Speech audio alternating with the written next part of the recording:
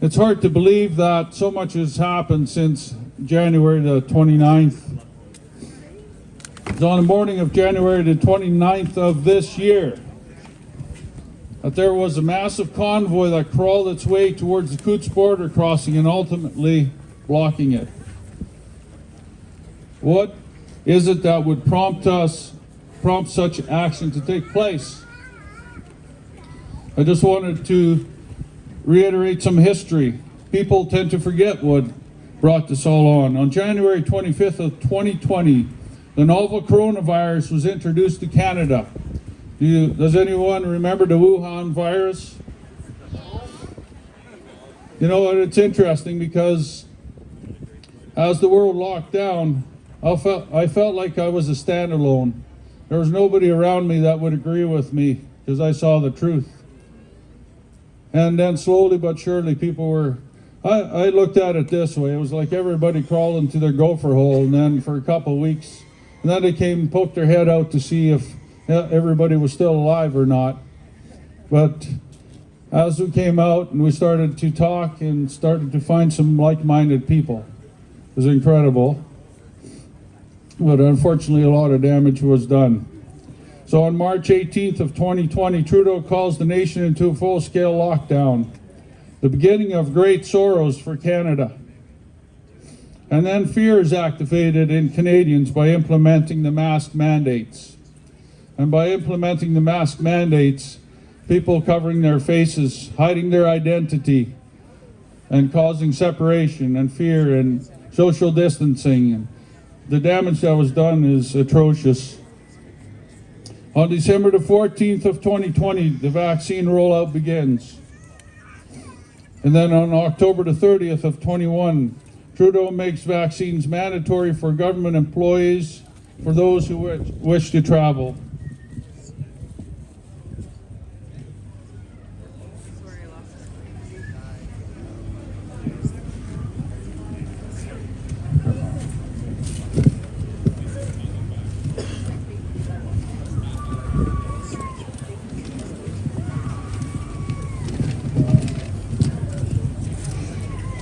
And on November the 19th of 2021, the Government of Canada announced more travel restrictions, including that as of January the 15th of 2022, truck drivers will no longer be allowed to enter into Canada without a COVID vaccine. And that, ladies and gentlemen, was the final call to initiate war against tyranny. This caused an army of freedom fighters across this nation to rise to battle, beginning with the truckers from the West Coast, building a massive convoy ending up in Ottawa. And meanwhile, simultaneously here at home in southern Alberta, the convoy leading to the Coutts border closure. A small fringe minority of people refuses to comply with the mandates and restrictions, are banding together unity, and united we will stand. And hope was revived once again in the hearts of Canadians. And I remember very clearly the day that I heard that the trucks were starting to move, I cried.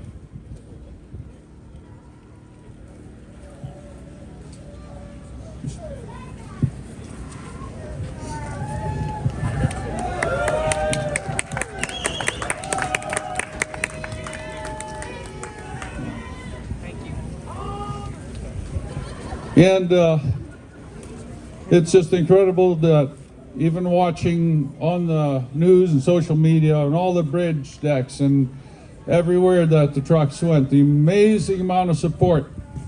But one thing that was very obvious to me was I was in Coutts actually, and what was amazing to me is that we weren't so separated, and it was the first time that we were able to all be together without masks in one place, and it felt great.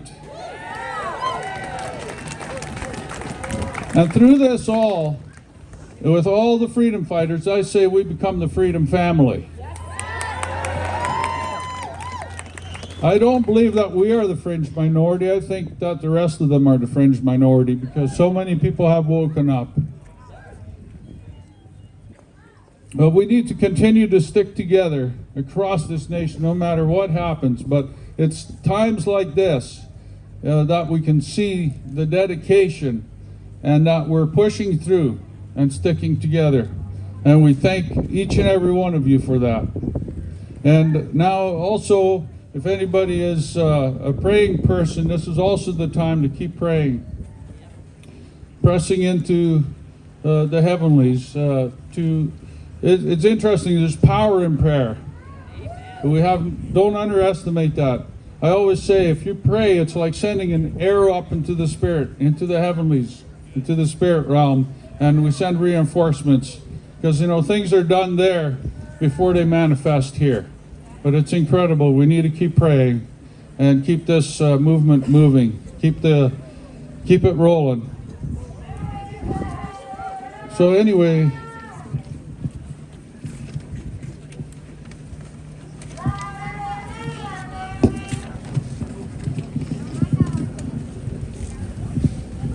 it's hard to turn pages with cold fingers. So I just wanted to bring up a little bit of history about the Confederation. It was an accumulation, drawn out political process which finally ended with the passing of the British North America Act by the British Parliament in 1867. The final stages of the drama, a number of leading politicians traveled to London to negotiate the final deals. One of the participants was Sir Samuel Leonard Tilley, who was the Premier of New Brunswick at the time. Like many of the other delegates in London, he was a devout Christian who reputedly began every day with Bible reading and prayer. One morning, during his morning devotions in London, he read Psalm 72, verse 8, which the Old King James Version reads, "He shall have dominion from sea to sea, and from the river to the ends of the earth."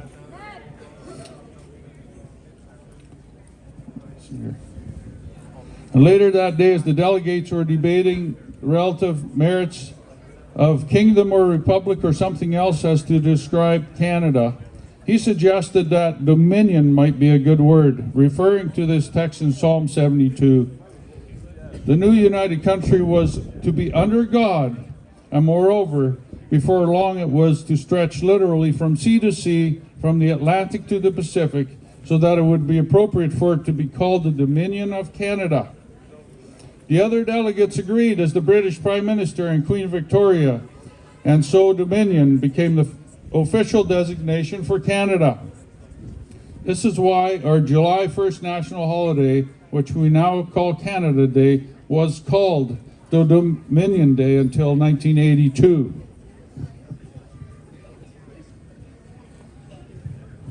And the Psalm 72 verse 8 is one of the scriptures inscribed on the Peace Tower on the Parliament buildings in Ottawa. And we need to come back to God.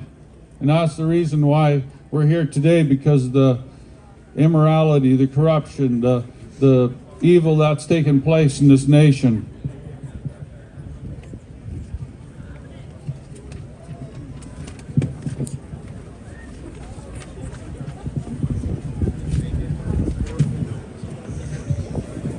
And 2 Chronicles 7:14 says, "If my people who are called by my name will humble themselves and pray and seek my face and turn from their wicked ways, then I will hear from heaven. I will forgive their sin and heal their land." That's a promise from God's word. But the ball is in our court, and we need to put that to action. I moved to this country. I immigrated from the Netherlands with my parents in 1976. And I came to what I thought was a free country. And yes, the years were good. Up until a few years back. It seemed to be very good. But behind the scenes, of course, corruption was luring. And I came to this country in freedom. And, excuse me, I just lost my train of thought. Yes, it was freedom.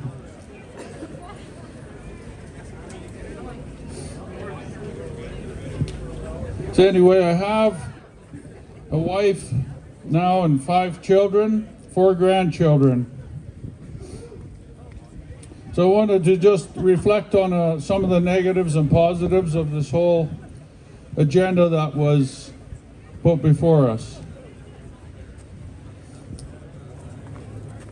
So one of my 5 children, my youngest of 5, ended up passing away in 2017 due to a brain tumor. He was diagnosed on Mother's Day 2017, and he passed away on September 26, 2017.